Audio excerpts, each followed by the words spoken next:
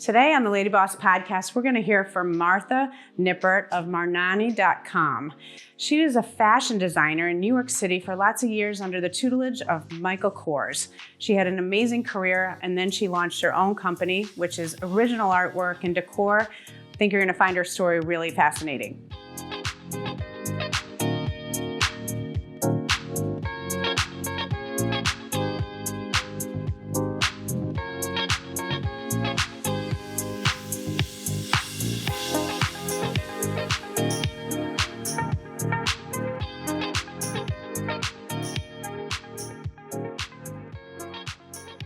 Martha, thanks so much for being here. Really a big treat. Oh, thank you for having me, Courtney. I'm so thrilled to be here and to be an inaugural guest for the Ladyboss podcast. All right. Well, you had a very successful and probably cushy position in New York City early on in your career as a designer. Would you talk to me about just a snippet on that, and then really what made you and gave you the leap to go off and create this online brand? Yeah, thank you. So I have always been a creative person. I've loved, painting and drawing as long as I can remember. And it wasn't really until I left my undergraduate university, Wake Forest, where I decided that art really needed to be at the foreground of my professional career. And I went to Parsons School of Design, where I, love studying fashion in New York City. I know you love fashion too. And it was such a dream. I was then picked up by Michael Kors, where I was an intern and very fortunate, took on a role as designer there in working in New York City for a design team. So I loved working there. It was a tremendous education. I was not only a designer, but I also worked with buyers. I would, order the fabric. I would pick the trim. I was kind of doing everything there. So it was, again, a great education and foundation for what I wanted to do. But I was also illustrating during nights and weekends. And it allowed me to realize that I missed that creative side of things. So I missed creating with my hands. And enough clients kept asking me to create original artwork for them that I then decided, maybe there's something to this. And I realized that I could do it full time. So I decided to take the leap. And, my husband encouraged me to do that. My family encouraged me to do that. And I also loved the flexibility of being able to kind of work from anywhere. So not just New York City. And how many years has it been that your company's been online and on business? Yeah, so I left to go full time in 2015. And since then, I've grown from doing just illustration work, freelance for different corporate clients, to creating my own collection of apparel, housewares, stationery, all different kinds of things. All right, we're going to unpack that. But I just want to go back to for me personally, it was really hard to leave my first really big job, like you're talking about at Michael Kors, where, I literally had someone to make my copies and get my coffee and make my travel. And I worked hard and all that, but it was a pretty cushy senior job. And when I think the part nobody understands about entrepreneurship, when you start a company, there's no coffee girl. Yes. Was it hard for you to transition from clearly exciting big role, and not saying there wasn't little detail work to do, but in such a big structured company to go off on your own? Yeah, no, that's a great question. And, I like to think that I'm not really beyond anything. I am happy to do the grunt work, but what I missed the most was actually, I'll call it the water cooler talk. So I missed, kind of developing these friendships or these relationships with coworkers. And I was really surprised that I missed that, because I was just by myself working in my apartment. My husband actually worked from home at the time too, in our, I think, 1,500 square foot apartment in New York City. And it definitely took a leap of faith, and ultimately I would love to have my own team one day when I do continue to scale my business. But I think that for now, it made sense for me to be on my own, to be focused on my art. Well, you have the benefit. So, I think water talk, why people stay at companies is the friendships. And so you probably were part and parcel of that as well at Michael Kors. It's interesting, though. I think, you started close to the pandemic. We'll get to that and kind of how your pivot.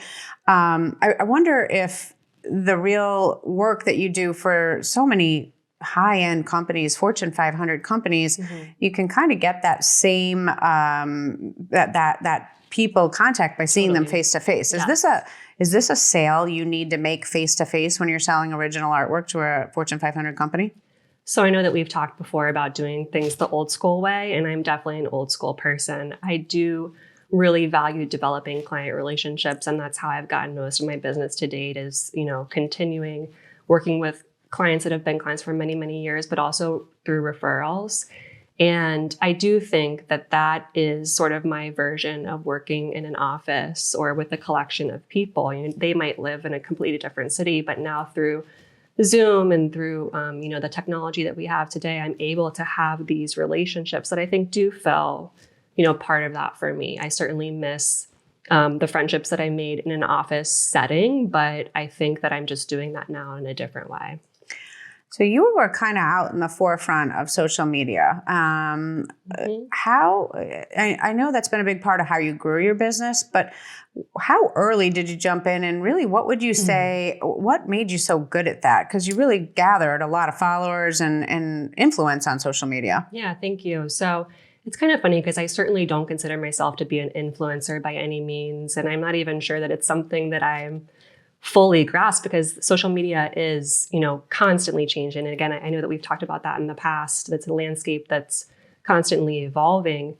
But what I've been able to do is develop a following as an early adopter of specifically the platform Instagram. I remember I didn't really know what I was doing at the time, and I decided to put my work out there because who would not want to be a part of a platform that's basically about beautiful visual images? So as a visual artist, I saw that as a huge opportunity to get my work in front of people that otherwise wouldn't be exposed to. And I just started putting my artwork and my artistic journey out there so that people could be aware of it, respond to it. I could get instant feedback. I also love, I miss critiques in school and, hearing what people have to say about my work. So there was some of that element as well. And, what social media has done is it's democratized the fine art playing field. So someone in rural America can have more exposure than, say, a fine artist in New York City. And I think that's so powerful that people are able to gain this engagement from their followers. So again, my followers, while they've been very devoted and loyal to me, are not necessarily a large group of people, but it is a collection of what I'll call Martha artwork fans. And so when I'm able to put my work out there and say, hey, I just created this new painting or I just partnered with this new brand and get that instant feedback or that instant sale, it's a really, really powerful tool. So I continue to use mostly Instagram, even though that is, again, a changing platform. Okay, so you're, a lot of artists, I think, have to sell their work, but you're actually leaning more on marketing. You're really sort of setting it out there, gathering feedback, and positioning yourself to gather new people. How does if you had to break down your business between the things you sell online, all the products that take your artwork and put it on, versus these commissions that you do, what's the split financially? Yeah, the split right now really is truly 80-20, 80 being client work. The client budgets that I get are just, something that I would have never even fathomed as an artist. And it's really nice to be able to get compensated in a really fair way for the work that I do. So I haven't been able to I haven't wanted to get away from that portion of my business because, to your point, it also allows me to have exposure to all these different people that I'm forming relationships with, but then, also to keep me on my toes and work across a variety of industries. So I've worked from obviously fashion brands, but also beauty brands, pharmaceutical brands. Industries that I would have otherwise probably never even, thought about working with. So tell me if, so you think about commissions and they take a lot of time, but as you said, make a lot of money. Not a super scalable model, where the other part of your business, very, very scalable. Yes. Which one appeals to you if you look forward? Yeah, that's a great question. So forward, absolutely. The scalability of my housewares, my apparel. And, I see this being a lifestyle brand that's rooted in art. I love the idea of bringing joy to the consumer through beautiful products. And I think there's always going to be room for that. I think there's always going to be people that want to fill their homes with beautiful objects. And, ultimately when I'm finished, my focus right now is certainly on my family and being a mom of 3 young children. So ultimately when they're all in school, my plan is to just kind of go gangbusters, if you will, and scale that to the level that I know it can be. And, right now I, again, use social media to test out the products that I have and get consumer feedback. And I know that I've proven the concept. I know that the need is there, that there's a need in the market for it, just based on the brands that I've worked with and the people that have purchased my products and keep asking for more. So when I'm ready to blow up my business, I think that ratio will change and I'll be doing less and less client work and more work for myself. Would you ever consider, I'm thinking through, all these big brands that you've worked with, you've done their windows and art commissions. Yeah. Why don't you pitch them the idea that you become a collaboration with them and at least now have them do the work where they're putting your designs onto their product? So this is why you're the Ladyboss, because you get it and and I'm so grateful to know you. We haven't known each other very long, but I do love that idea in terms of allowing someone else to kind of create the merchandise and be the manufacturer, so to speak. And I've done that on a very small kind of one-off example. So for example, I did a scarf with Talbots that was sold on a national stage for the Susan G. Komen Foundation, and it's sold out online and in stores.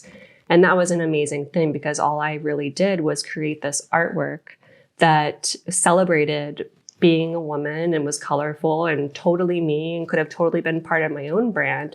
But instead it was sold at Talbots with my name on it. So again, if someone wanted to create like table linens or housewares, candles, lamps, there's so many different things in our homes that I think could totally be designed with my artwork.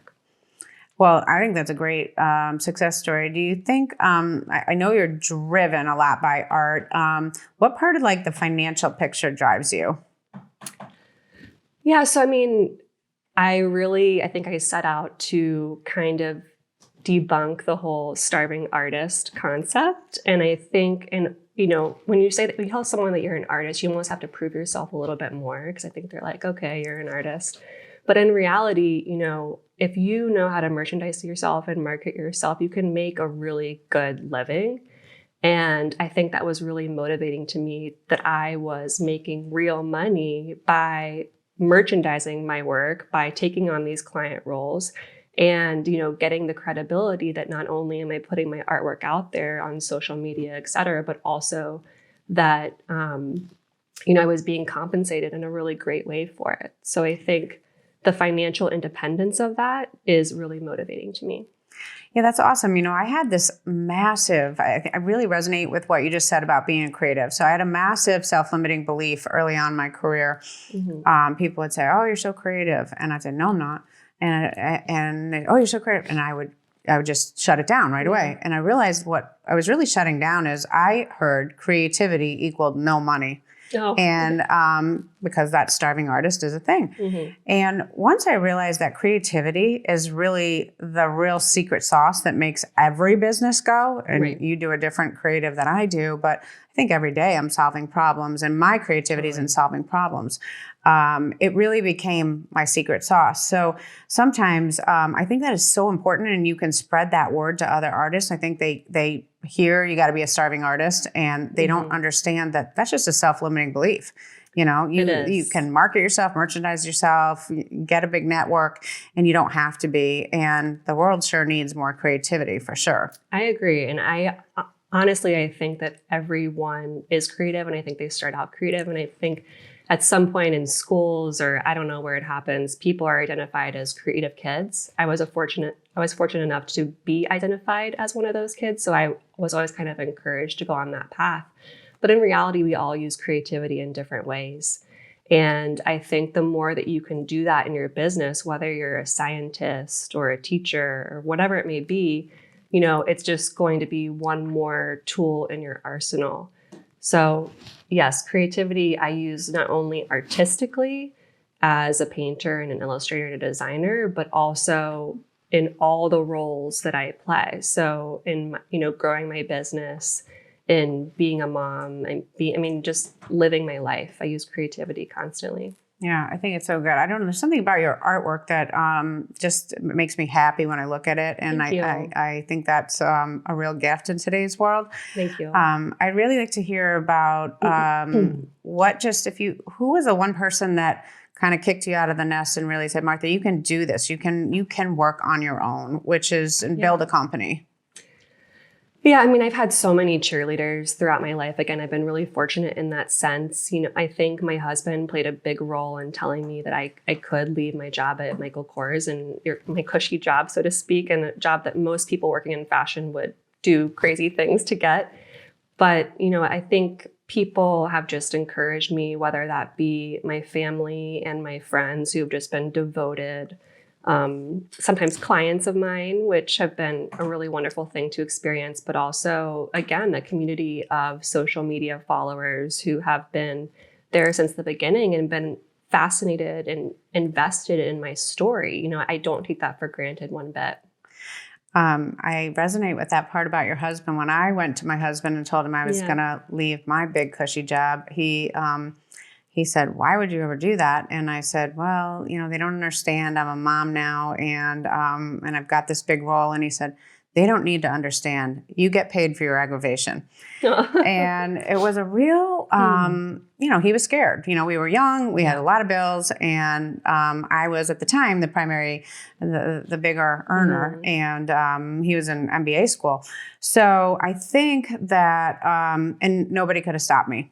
I could have been starving and broke, and nobody could have stopped me because I was more scared of having a regret than I was of failing. Failure never really seemed like something I was scared of. I just didn't want to die and say I was supposed to be an entrepreneur, but I was making too much money, so I didn't try. Right. And so, yeah, good for you. I think it's, I think there's a real need for it. And I think for sure your company has to be out there and growing. I think the collaboration idea is, that's a great resume builder, a great way to really expand your reach. And you got to find the next cooler, hipper Talbots. Talbots is great, but you got to go upstream. That's incredible. For sure. And I've worked across, again, different variety of brands. I worked for luxury brands as well. And, I like that I'm not limited to one space. So, I've worked for Neiman Marcus. I've worked for Barney's. I've been featured in the New York Times. And, all of that, it just kind of goes in the hat of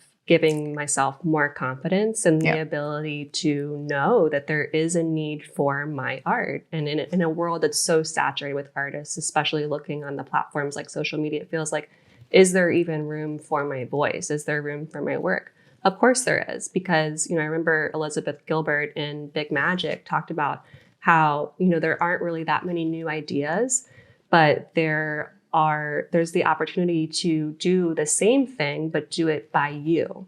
So again, people, might see work that's similar to my own, but it's still not done by Martha. So I love that idea that there's space for me no matter what. And again, with the collaborations and working with brands that I love and feel like match my values is a great thing. 100%. And we talk a lot on the Ladyboss podcast about taking business models that work and just making them better. Yeah. You don't have to create an entire new avenue. Some people do, and we'll leave Elon Musk for all of that. But there are lots and lots of ways to make a huge impact, which is what you're doing. Thank you. Well, congratulations on everything you're doing. Yeah, thank you. It's really going to be fun to see what's next. And I think you're going to be a household name. Yeah, I hope so. That's the plan. And I'm really excited because I don't think there's any limit in front of me. So thank you. It's the mindset that gets us there. Yes, absolutely.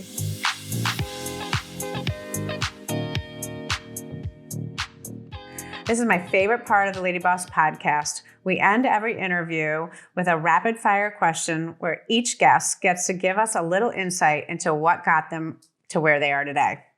So Martha, let us know, what is your favorite business book?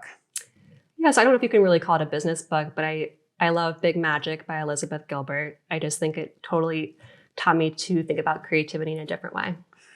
Oh, I love that. And of all the mentors that you've had over your lifetime, what was the best business advice one of them's given you?